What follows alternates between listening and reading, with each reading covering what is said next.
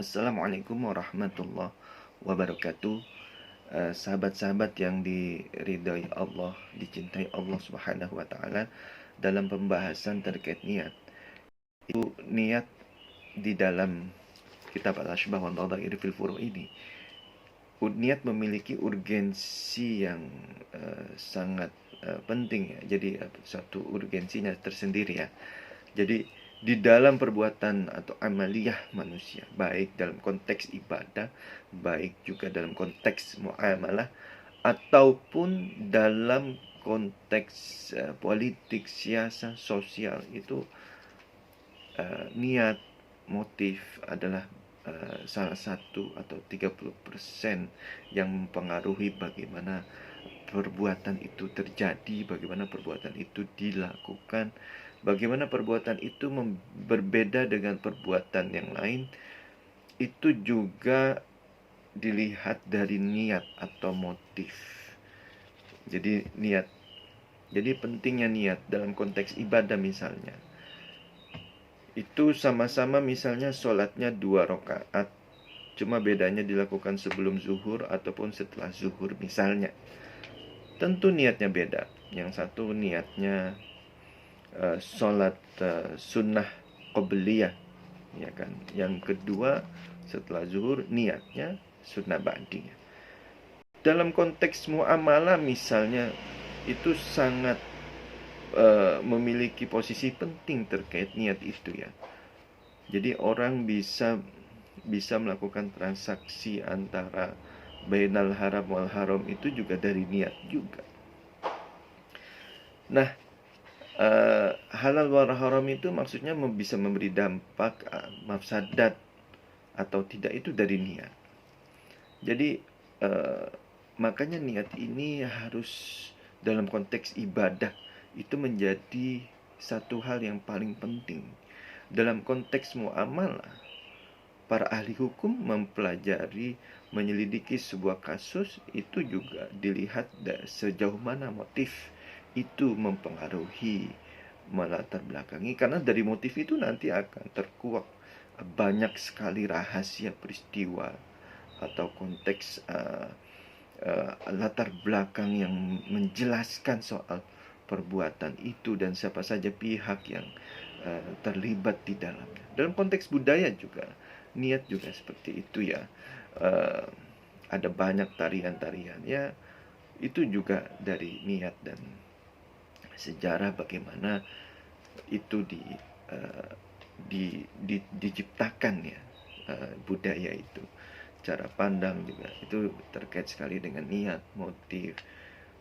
Ini sebelum belajar berbagai hal terkait soal sosiologi antropologi ya.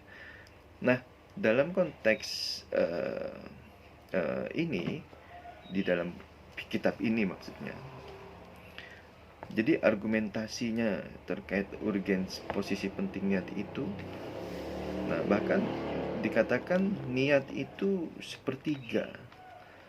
Ada yang mengatakan niat itu seperempatnya dari perbuatan itu ya.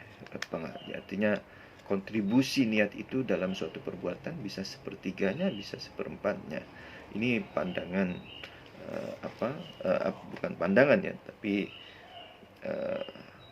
pandangan ulama ya. Jadi ada yang mengatakan bahwa yaitu bagian dari sepertiga dari sebuah perbuatan. Ada yang mengatakan itu bagian dari seperempatnya perbuatan. Jadi rub'uhu atau sulusuhu.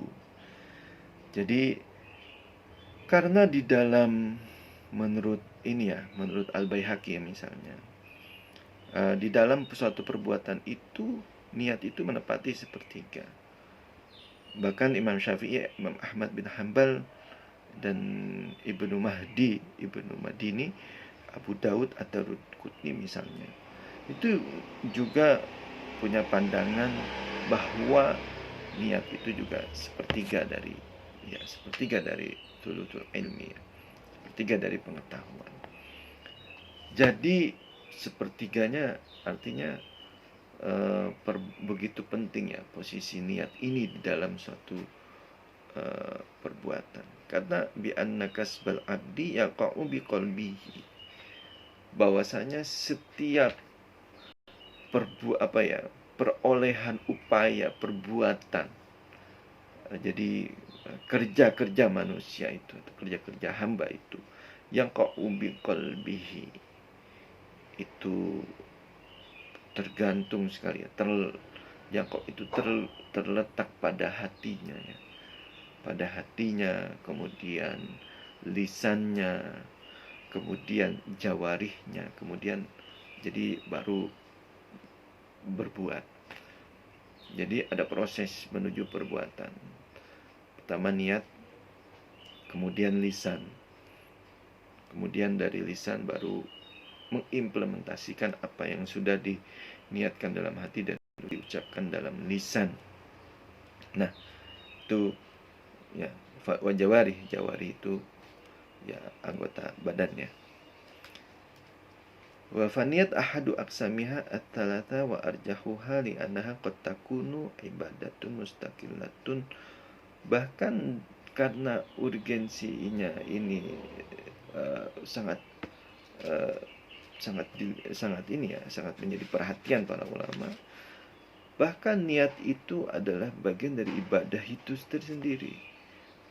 Jadi niat itu justru menjadi bagian atau ibadah mustaqillah, ibadah yang justru itu dianggap ibadah tersendiri, ibadah yang berdiri sendiri ya, tidak terkait sekali dengan yang lain. Makanya orang bilang kalau seandainya misalnya orang niat pergi haji atau umroh, ya katanya yang penting niatnya dulu. Memang benar, niat itu adalah ibadah itu tersendiri. Jadi kalau seandainya saat ini kita pandemi, kemudian kita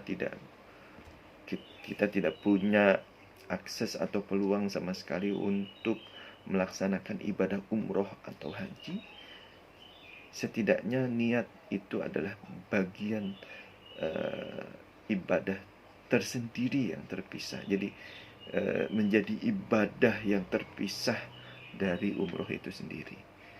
Niat umroh itu adalah ibadah.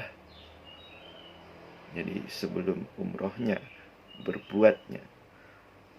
Jadi itu niat dalam hati itu sudah ibadah tersendiri. Jadi kalau seandainya kesampaian umrohnya itu lain lagi. Jadi niat itu sudah berpahala karena disebut sebagai ibadatun mustaqillatun. Jadi ibadah yang mandiri ya. Jadi gitu ya. Makanya di dalam hadis innamal a'malu binniyat. Jadi perbuatan itu sangat bergantung sekali dengan niatnya. Jadi innamal a'malu binniyat. Jadi itu ya. Segala perbuatan itu ukurannya apa? Ukurannya adalah niatnya. Nah, contoh, orang pergi umroh, pergi haji, atau nggak usah jauh-jauh, misalnya orang pergi ke masjid untuk menjadi imam atau menjadi makmum katakanlah. Itu tergantung niat awalnya berangkat dari rumah. Apakah niatnya karena Allah atau niatnya karena ingin dilihat sebagai orang yang bertakwa di hadapan orang lain, atau apakah niatnya ingin dilihat sebagai orang haji yang sudah merasa lebih baik secara ibadahnya dibanding orang lain. Nah, itu mempengaruhi ibadah itu ya. Karena innamal a'malu binniyat. Semua perbuatan itu ukurannya niat. Pahala tidaknya suatu perbuatan itu niat. Jadi kalau niatnya juga demi dapat pahala, juga nanti belum tentu dapat ridha Allah ya. Jadi ada tingkatan-tingkatan niat itu. Ada niat yang paling dasar ya, niat sekedar memenuhi kewajiban. Niat yang paling dasar ya, level niat, makomun niat itu banyak.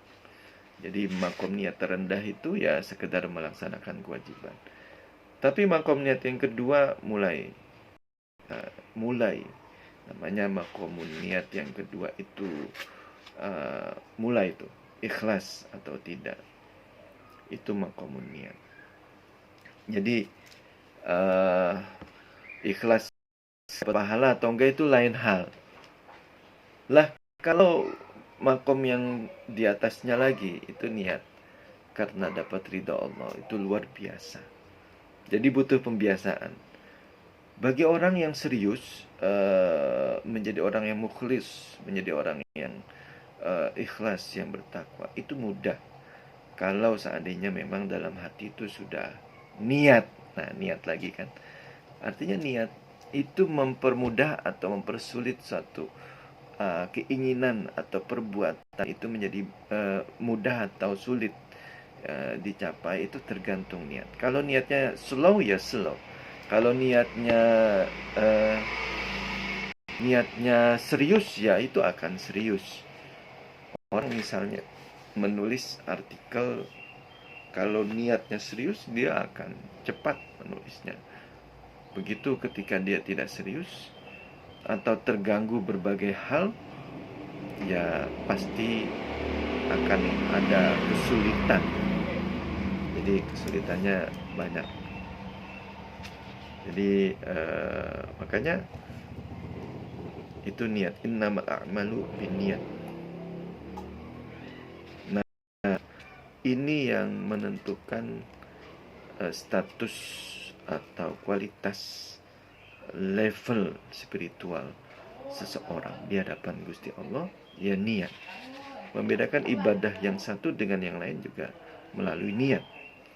Demikian, wabillahi taufiq wal hidayah. Wassalamualaikum warahmatullahi wabarakatuh.